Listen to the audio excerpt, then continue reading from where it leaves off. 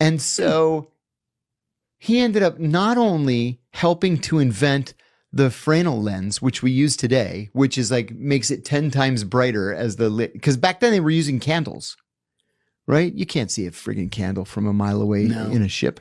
But with this Fresnel lens that he helped to develop, and for the first time since the founding of the country, he actually balanced the budget of the U.S. Commission of Lighthouses. See, saving the Declaration of Independence. He sounds a little honest. He's a dick. Right? Yeah. Like, what a dick. There's Shout another. out Stephen Pleasanton. Yeah, good for Stephen Pleasanton. I go to the address, and it's this, normal office tower that Rosalind's famous for. And I go up to whatever it was. I think it was the 6th floor. And last night did a mini episode of my podcast, John Kiriakou's Dead Drop, about Aldrich Ames. Aldrich Ames is one of the most infamous traitors in modern American history. He was a drunk. His father was a drunk, and they were both CIA officers. Aldrich Ames was a failure as a CIA officer. He was never able to successfully recruit a single source because he was mostly drunk. And then when they finally sent him to Colombia to recruit spies to steal secrets, he ended up sleeping with one of the assets that had been turned over to him. And he cheated on his wife. He brought the asset back to the United States and he married her. Her name was Rosario Ames, as it turned out later. So his wife divorced him. He married Rosario, and Rosario had very expensive tastes. And so Ames quickly got into debt, $50,000 in debt. And so what he did is he just drove downtown to Washington, to the at the time it was the Soviet embassy. And he said, hey, listen, I'm a CIA operations officer, and I'll give you some operational information if you give me $50,000. They said, glad to. Here's $50,000. So he compromised two anti-Soviet operations. He said later in an interview with the Senate Intelligence Committee that he thought he could pull off this one-time exchange. It was only after he took the money that he realized he was already in over his head. And so he started providing the Soviets with information on specific. Why is Netanyahu releasing fake AI videos of himself if he's alive? Is that just to confuse people and draw attention away from something else? I think there were two different kinds of videos. I think there were videos that were not released by Netanyahu or his team that were AI, all AI. But then the ones that were released by Netanyahu, you notice they showed him like in the coffee shop. Yeah. That was on his Twitter account. Yeah. I think that was AI. I'm pretty sure that was AI. Yeah. He's not going to go out just randomly to a coffee shop while his country's at war and being bombed. Yeah.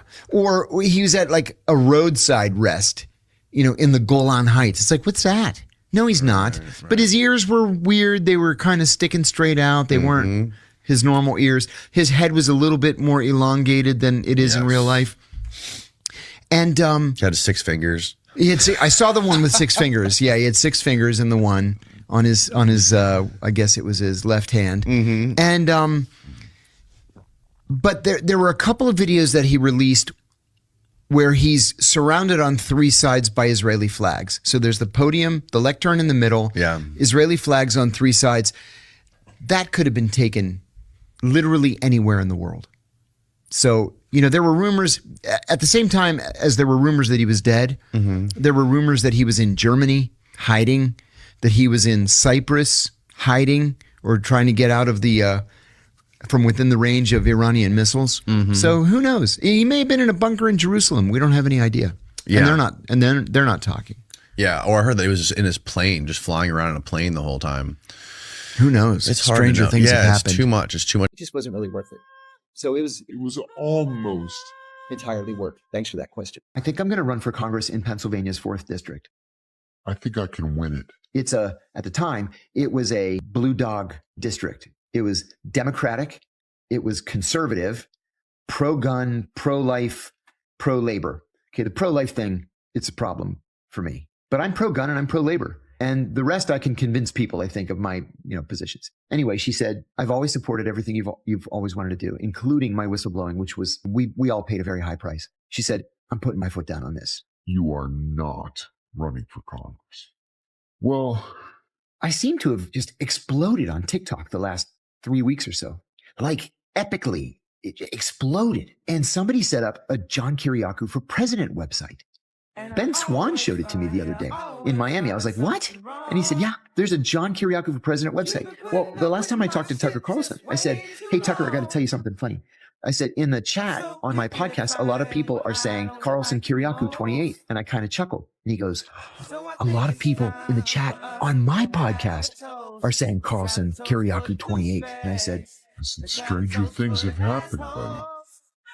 I'm going to go back up there to do his podcast in the next 2 or 3 weeks. And I'm going to say something just to get his reaction. I think that would be kind of fun. What do you think Israel's ultimate goal is? Not just with Gaza in general. Why are they so invested in American politics? And why are they always so aggressive with neighboring countries? I think that the Israeli goal is what they tell us it is. I think that 1776, I found 1778 that he was born. Oh, 1855. We're Yeah. disagreeing with CIA-pedia. Yeah, I'm doing my, hey, and I just read my bio from Simon & Schuster the other day, yesterday, for the first time. Yeah. And it said, journalist and historian John Kiriakou. And I was that. like, oh, okay. That's great. I'll take that. Yeah. So get this. I'm at Rock Creek Cemetery, which is the biggest and the nicest cemetery in Washington. 60, 70, 80,000 graves there. It's a good sized cemetery. And all the rich people are buried in the front, like, the Woodwards and the Lothrops and the Bloomingdales and the, Goldfinkels, whatever their name was, whatever their name was. All the people that were rich in the 19th century that nobody can remember why they're important. So I go to the very back of the cemetery. I go to the very back of the cemetery, and there's a traffic island there that has this magnificent private family mausoleum. So I just wrote myself a note. It was the Butler family. And no, I don't trust either one of them. I will say that both of them are outstanding services, but I think the Israelis are probably the best in the world. And is that an element of how dirty they are, or is that an element of envy that they're actually better than us in intel? It's a combination of the two. I'll give you an example, Patrick. This thing with the pagers last year. Oh my God.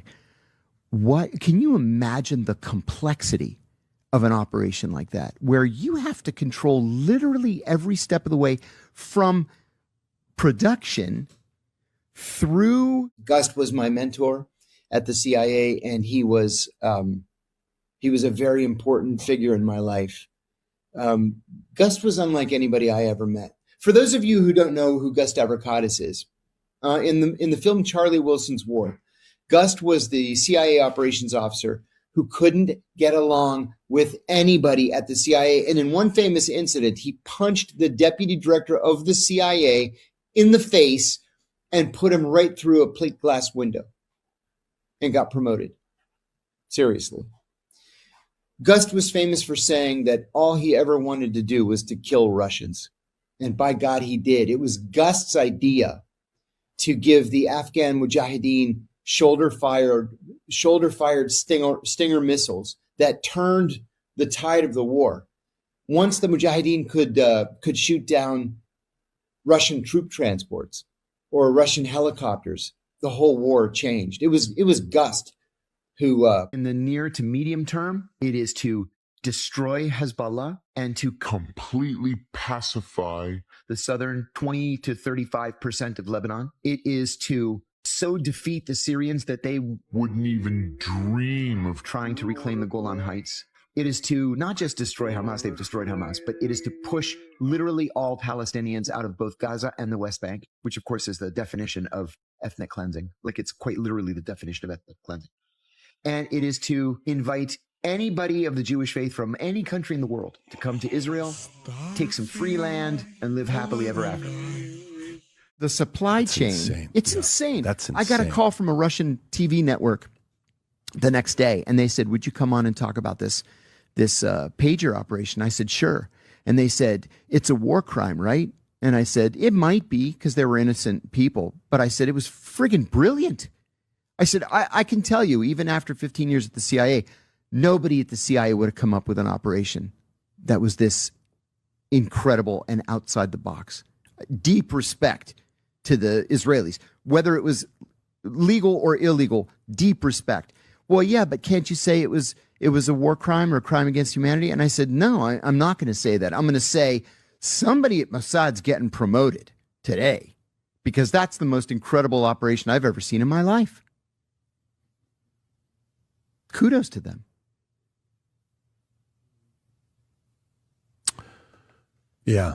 So to me, I wonder if what they've done is they've been able to infiltrate and outmaneuver our agency, our intel, our politicians, and now a lot of Americans are annoyed, and a lot of leaders are annoyed that they outmaneuvered them. I think you've hit it on the head. I think that's exactly it, because it's not just intel, it's politics as well. right. But guess what? Who forced the Russians out of Afghanistan. Gust's nickname at the agency was Dr. Dirty. And he would be the first one to tell you that he'd be perfectly happy to stab you right in the back.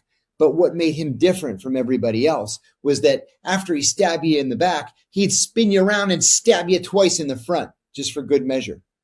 It was better to have Gust on your side. And Gust was on my side for a very long time. In 2003, just before I left the agency, a year before I left the agency, Gust had a stroke. And as I said, he was mean, just as in his regular normal. Over the long term, I really believe that we should Take them at their word. when they talk about this greater Israel nonsense. I don't think that a biblical Israel from the Euphrates to the Nile is what they mean. I think what they mean is essentially all of Jordan, or most of Jordan, all of the Sinai Peninsula, and maybe a swath of northern or northwestern Saudi Arabia. I think it's also a death wish, but I believe that the Israelis believe that this belongs to them. Why are they so aggressive in investing in American politics? Because we are so much bigger and so much stronger than they are, and they know that we'll help them do their dirty work. I think that's what it is. Thanks for that question. Very good one. Hi, Seth. John Kiriakou here. I got the most beautiful note from Your mom. and she told me that you are turning 14 today. I wanted to say happy birthday. She's very proud of you. And I'll tell you what, from the write-up that she sent me, It makes me proud to know you. she tells me that you're intelligent, you're sarcastic, you're a sports fanatic, that you say what you believe, which is very, very important. You're a trailblazer. And I think that you should be proud of yourself. we all need to establish our own personalities. And it's so great to be able to do that at the age of 14. That You can be as angry as you want. You could have stopped it. You fell for it. You can say whatever you want about them. They outdid you. Yes, They out-strategized you. exactly right. They outmaneuvered you, and you fell for it. After I left the Senate, the CIA, I went to the private sector for a few years, and then I went to the Senate Foreign Relations Committee. I was the senior investigator. And I was on the job for like 3 days. And these two lobbyists come to the office, and this would happen all the time. Lobbyists come in for, whatever, international shipping or whatever. These guys were from APAC. "Congratulations on your new position." I said, "Oh, thank you very much. We would like to offer you an all expenses paid trip to the Holy Land." I said, "Oh, thanks. No, not for me, but I appreciate it." "Well, we're taking a large group of people and we're going to take you to all the Christian sites." I said, "Thank you. I can pay for my own vacations. I'm not interested." And, I'd always heard that they did things like that, because they want to get you right off the bat. But so public and obvious and blatant about it. Guess what? I wish we would do that. And we should I be. wish Christians would do that. I wish America would do that. I wish we were. Well, this stroke made him so mean that he was impossible. And Gust got it into his head that I had told somebody that I had seen the police escort him out of the building. I said, Gust, I wasn't even in the United States. I was in Pakistan for the last 6 months. What are you talking about? And he told me he never wanted to speak to me again. And so he cut me off. And people came up to me and said, it's the stroke. I'm like, I know it's the stroke, but that doesn't mean, I can go up and say, hey, you're not really crazy. You just had a stroke and it kind of made you crazy. So we're still friends. That's just not the way it worked. And so he stopped speaking to me. I left the agency in 2004. I ran into Gust on the street in 2005 after he had had yet another stroke.